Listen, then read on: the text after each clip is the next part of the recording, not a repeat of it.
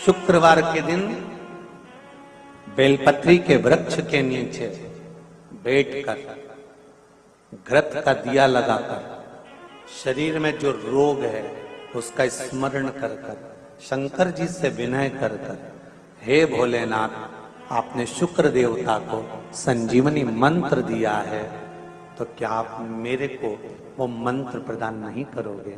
मेरे रोग, मेरी बीमारी, मेरे दुख को आप नहीं हरोगे?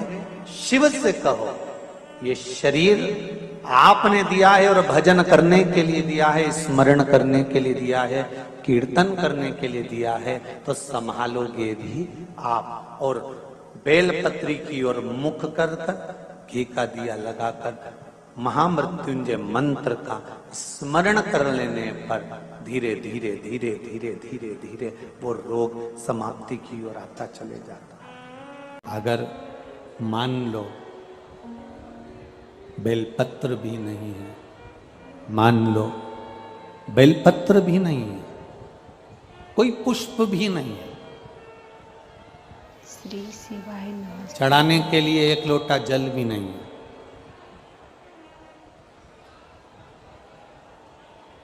पूजन का कोई सामान तुम्हारे पास में नहीं है, तब एक काम करना, बाबा के मंदिर में जाकर थोड़ी सफाई करना,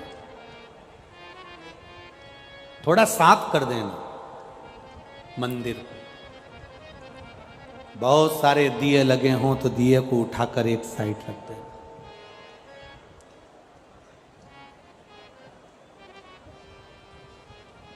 मोहल्ले की 50 माताएं अगर पशुपतिनाथ का व्रत कर रही हैं, तो मोहल्ले की 1-2 माता ऐसी हो जो पशुपति व्रत करने के लिए अगर माताएं मंदिर के अंदर आती हैं, तो तुम 2-3 बर्तन मंदिर के अंदर रखो। कोई प्रसाद रख कर गया है, उसको उठाकर बर्तन में खाली करो और शाम के समय आरती के बाद सारा प्रसाद बच्चों को, बड़ों को, जिसको बांट सकते, जिसका व्रत ना हो पशुपतिनाथ। कोई अगर पशुपतिनाथ का व्रत कर कर गई है, प्रसाद मंदिर में रखकर चली गई है, दिए मंदिर में रखकर चली गई है, फिर निवेदन करूंगा। एक पत्र किसी बेटी ने लिखा है कि मैं बड़ी दुखी हूं, मुझे बहुत कष्ट है और मैं अपनी कष्ट की जिंदगी जी रही हूं। मैं उस बेटी से निवेदन करूंगा, बेटा किसी के सामने जाकर हाथ मत फैलाना। तो पशुपतिनाथ के व्रत अगर कोई माताएं कर कर जा रही हैं, कोई लोग कर कर जा रहे हैं, वहां दिए छोड़कर चले गए, प्रसाद छोड़कर चले गए, तो उन्हीं को संभाल कर एक साइड रख, उस प्रसाद को उठाकर मंदिर में अगर पुजारी हो तो बात दूसरी है, नहीं तो तुम सेवा कर रहे हो, उठाकर किसी भूखे को खिलाना चालू कर दे। तुझे जो पुण्य मिलेगा तो दूसरी बार कथा में मिलेगी तो ये कहेगी कि मेरे को बाबा ने भंडार भर कर दे दिया।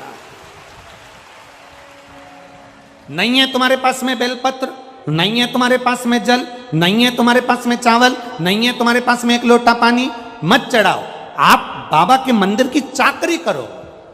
मेरे भोले, इस बेलपत्री के बीच वाले पत्ते पर पीला चंदन लगा लेना। कितना लगाना है? बीच वाला जो पत्ता है उस पर पीला चंदन। जब आपको लगे कि मेरा जीवन बहुत कष्टमय है, अब ये रोग, अब ये कष्ट दूर ही नहीं हो रहा, अब ये आए दिन तकलीफ पर तकलीफ बढ़ती जा रही है, आए दिन रोग, बीमारी, पैसा घर में बच नहीं रहा, बहुत कष्टमय जीवन है, इसमें लगाओ पीला चंदन बेलपत्री की बीच पत्ती पर महाराज। और बीच पत्ती पर जब चंदन लग जाए, लगने के बाद में ये दोनों पत्ती पर लाल चंदन लगा लीजिए। इन दोनों पत्ती के बीच में जो डंडी का भाग होता है, आपको कहा था, आपको स्मरण में होगा शायद, हमने जब बेलपत्री की महत्वता बताई थी तो उस बेलपत्री की महत्वता में कहा था ब्रह्मा विष्णु महेश ये 3 हैं, बोला था। बीच में ये बड़ी पत्ती से लेकर जो 2 पत्तियां होती हैं, इनके बीच में जो जगह बचती है, इसमें मां पार्वती के 64 योगनियां, मां पार्वती अपनी पूर्ण सिद्धि के साथ में जितनी भी देवी के स्वरूप हैं, वो माता 64 योगनियां देवी के स्वरूप में यहां पर विराजमान होती हैं। 2 पत्ती के नीचे से जो डंडी होती है नीचे तक, ये पूरी डंडी में 33 कोटि देवी देवताओं विराजमान होते हैं इस पूरी डंडी के अंदर। तो ये बीच वाली पत्ती है, ये जो बीच वाली पत्ती का जो भाग होता है, इस पत्ती के भाग में शहद का प्रयोग कर कर यहाँ पीला चंदन, लाल चंदन, शहद का प्रयोग कर कर इसी तरह से पकड़कर ये बेलपत्री की जो डंडी है वो अशुक सुंदरी पर जब आप समर्पित करें तो जहां से जल बहता है उस ओर पर इस पत्ती को चढ़ाकर केवल आपके हृदय की बात कहकर देवाधिदेव महादेव से कोई भी शिव जी का मंत्र, पंचाक्षर नमः शिवाय, षडाक्षर ओम नमः शिवाय, श्री शिवाय नमस्तुभ्यम या महामृत्युंजय मंत्र, जो शिव का मंत्र हो आपके पास में, उसको बोलते हुए देवाधिदेव महादेव को धीरे धीरे जल की धार चढ़ाना प्रारंभ करो। जल की धार जब पूर्ण होने लगे, उसमें थोड़ा जल बचे, तब अशुक सुंदरी पर जो तुमने बेलपत्र चढ़ाई है वहां उस जलधार को चढ़ाए। ये प्रयोग आपको केवल सोमवार की अष्टमी करने पर ही करना है। कौन से दिन करेंगे? जम के बोलिए जरा।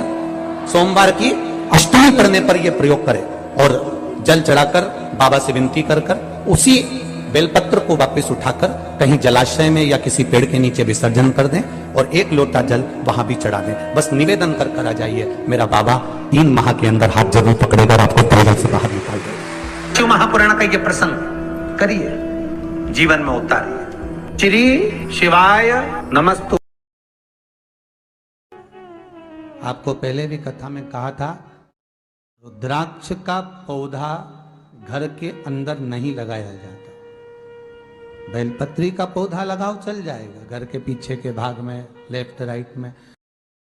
श्री शिवाय नमस्तुभ्यम दर्शकों, हर हर महादेव। स्वागत है आपका अपने YouTube चैनल में। दर्शकों, इस वीडियो में आपको पूजनीय पंडित जी बहुत ही विशेष उपाय बताए हैं। दर्शकों, शुक्रवार के दिन का बड़ा विशेष महत्व होता है। वैसे तो सभी दिन विशेष होते हैं, परंतु कुछ दिन ऐसा होता है जिस दिन हम यदि दीप कहीं पे प्रज्वलित करते हैं तो हमारे घर में माता लक्ष्मी का अस्थायी रूप से वास होता है।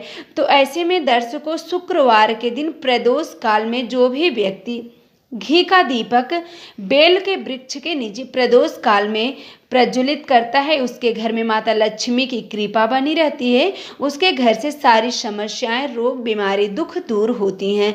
तो दर्शकों, आप शुक्रवार के दिन प्रदोष काल में एक घी का दीपक बेल के वृक्ष के नीचे जरूर प्रज्वलित करिएगा। बेल के वृक्ष के नीचे प्रदोष काल में माता लक्ष्मी वास करती हैं। तो ऐसे में यदि आपके ऊपर कर्ज बहुत ज़्यादा बढ़ गया है या आपके घर में पैसों की समस्या है, माता लक्ष्मी की कृपा नहीं बन पा रही, आप बहुत किसी कार्य को लेके बहुत परेशान हैं, आप बार बार कोई कार्य करते हैं, आपके कार्यों में बार बार रुकावटें आ जाती हैं, तो आप एक बार इस विशेष उपाय को जरूर करिएगा। इस उपाय को आप शुक्रवार के दिन भी कर सकते हैं, रोजाना कर सकते हैं, प्रदोष के दिन भी कर सकते हैं। इन सब दिनों को विशेष दिनों में जोड़ा जाता है। विशेष दिनों का बड़ा विशेष महत्व भी होता है। दर्शकों, यदि आप बेल का वृक्ष ना हो तो आंवले के वृक्ष में भी आप लगा सकते हैं और पीपल के वृक्ष में भी आप दीप दान कर सकते हैं। कार्तिक मास का भी बड़ा विशेष महत्व होता है। जो भी भाई बहन चैनल पे पहली बार आए हैं, चैनल को जरूर सब्सक्राइब करें। वीडियो अच्छे लगे तो लाइक करें, ज्यादा से ज्यादा शेयर करें, कमेंट में श्री शिवाय नमस्तुभ्यम हर हर महादेव जरूर लिखें। श्री शिवाय नमस्तुभ्यम दर्शकों।